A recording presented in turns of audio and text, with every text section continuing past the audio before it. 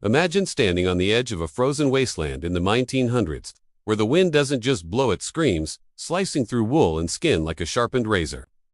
And you realize that your survival depends entirely on the four walls you've built with your own two hands. This is the story of Silas Thorne, a man who moved his family to the edge of the Nebraska Territory. Just as the Great Frost of 1858 was beginning to settle its icy grip on the American heartland, a season so brutal it would eventually be whispered about in hushed tones by survivors for decades to come. While his neighbors were busy building standard log cabins, focusing on aesthetic porches or larger windows to let in the fading autumn light, Silas was doing something that made the entire settlement think he had finally lost his mind under the pressure of the frontier. It wasn't just building a cabin, he was building a house within a house, a strange double-walled architectural anomaly that featured a massive central stone core and a sunken interior room that looked more like a tomb than a living space. His neighbors, hardy men like Jedediah Miller, who had survived 3 winters already, would ride by on their horses, pausing to lean over their saddles and chuckle at the sight of Silas hauling heavy river stones into the center of his half-finished floorboard, mocking him for wasting the best years of his back on a project that seemed to serve no logical purpose. They told him he was building a dungeon, that he'd suffocate his children in the dark, and that the sheer weight of the stone would cause the prairie floor to swallow his home whole before the first snowflake even touched the ground. But Silas didn't argue. He didn't shout back. And he did, explain his obsession with the thermal mass theories he had read in an old European engineering pamphlet. He simply kept digging, kept stacking, and kept insulating his inner sanctum with thick layers of dried peat and wool, working long after the sun dipped below the horizon. The atmosphere in the settlement grew increasingly judgmental, with local gossips claiming Silas was preparing for an end-of-the-world scenario that only existed in his paranoid imagination. Yet Silas knew something they didn't. He had watched the behavior of the local wildlife, noticing how the wolves were burrowing deeper than usual, and how the birds had fled south weeks earlier than the previous year. As the calendar turned to November, the air took on a metallic, biting quality that signaled the arrival of a black blizzard.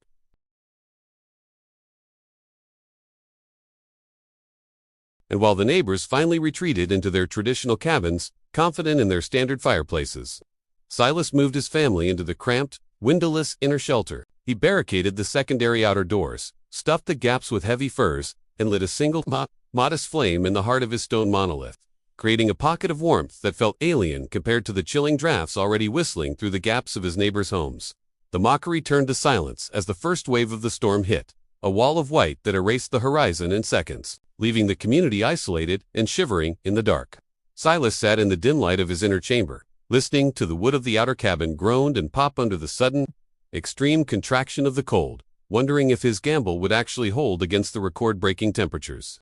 But as the mercury plummeted to levels that froze the very breath in a man's lungs, a terrifying realization began to dawn on the families nearby. Their standard fires were failing to keep the frost from creeping across their floors, and the very walls. The storm did not break after 24 hours. Instead, it intensified into a deep freeze event that physically altered the landscape, turning the rolling hills into a jagged, frozen sea where any exposed skin would turn black with frostbite in less than 60 seconds. Inside the madman's fortress, the temperature remained a steady, miraculous 60 degrees, a feat made possible by the massive stone core that Silas had spent months heating with small, controlled fires, allowing the rocks to act as a thermal battery that radiated warmth long after the flames died down. While Silas's children played on the floor in thin shirts, just a few hundred yards away, Jedediah Miller was watching his own family huddle under every blanket they owned, their breath forming actual icicles on the indoor walls as the wind stripped the heat from their cabin faster than the fireplace could produce it. The physical toll of the cold began to set in across the settlement, as cattle froze standing up in their stalls and the wood piles, thought to be sufficient for months, were being incinerated in a desperate attempt to stay alive, leading to a terrifying shortage of fuel in the first week of the disaster. Silas, knowing the layout of the land by heart, realized that his neighbors were likely reaching a breaking point, and despite the ridicule he had endured, his conscience wouldn't allow him to sit in his warm sanctuary while children froze in the proper cabins nearby. He began the grueling task of tunneling through the snowdrifts that had completely encased his home. Using a specialized sled he'd designed to move through the powder without sinking, a slow and agonizing process that risked his life at every turn. When he finally reached the Miller cabin, he found the front door frozen shut from the inside. He had to use a pickaxe to break the seal of ice, only to find the family huddled together in a single bed, the father's hands so numb he could no longer grip the axe to chop his remaining furniture for firewood. The sight was a sobering reminder of the thin line between civilization and extinction, as the very people who had laughed at Silas's indoor bunker were now looking at him like a ghost returning from the afterlife, their eyes wide with a mixture of shame and desperate hope. Silas didn't say "I told you so," nor did he waste time with explanations. He simply began the process of transporting the most vulnerable members of the community back to his crazy house, one by one, through the narrow, hand-carved snow tunnels. The interior of the Thorne cabin became a packed refuge, a crowded but life-saving hub where the air was thick with the smell of damp wool and stew. But most importantly, it was warm, a warmth that felt like a miracle to people who had spent 48 hours convinced they were going to die.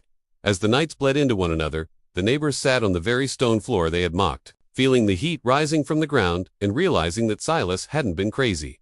He had been the only one among them who truly respected the power of the prairie winter. However, as more people crowded into the small inner shelter, the oxygen grew thin, and the fuel for the central hearth began to dwindle, forcing Silas to make a dangerous choice about how to keep the heat alive without suffocating everyone inside. The final days of the Great Frost were a test of human endurance and the sheer physics of Silas's invention, as he began to dismantle the outer walls of his own cabin, the very structure protecting the inner shelter, to use as fuel for the central stone heater. It was a heart-wrenching sight to see a man tear down his own home to keep his neighbors warm. But Silas understood that a house can be rebuilt, while a human life, once extinguished by the cold, is gone forever.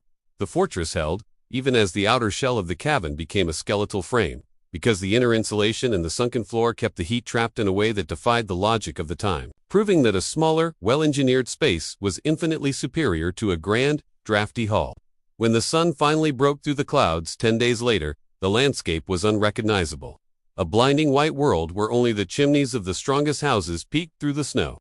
But every soul who had taken refuge in the Thorne shelter walked out alive. The mockery that had once defined Silas's reputation vanished instantly, replaced by a profound, silent respect that saw the entire settlement come together the following spring to help him rebuild his home, this time using his double-wall blueprints for every new structure in the valley. Silas Thorne's crazy idea eventually influenced the way frontier architecture evolved in the Northern Territories, leading to the development of the soddy homes and earth-sheltered dwellings that would allow thousands of future settlers to survive the brutal extremes of the American plains. His story is a testament to the fact that being right is often a lonely road, especially when your vision challenges the common sense of the crowd, and that true brilliance is often mistaken for madness until the moment it becomes necessary for survival. Today, the ruins of that stone core still stand in a protected historical site, a pile of weathered river rocks that serve as a monument to the man who cared more about his family's safety than his neighbors' opinions. It makes you wonder, what crazy precautions are we ignoring today that might be the very thing we need when the next metaphorical storm hits our lives?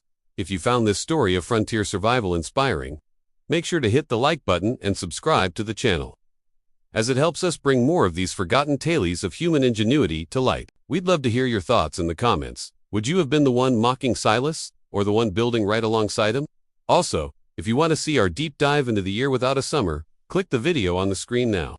Thank you for watching. And remember, sometimes the warmest spot in the house is the one everyone else told you not to build.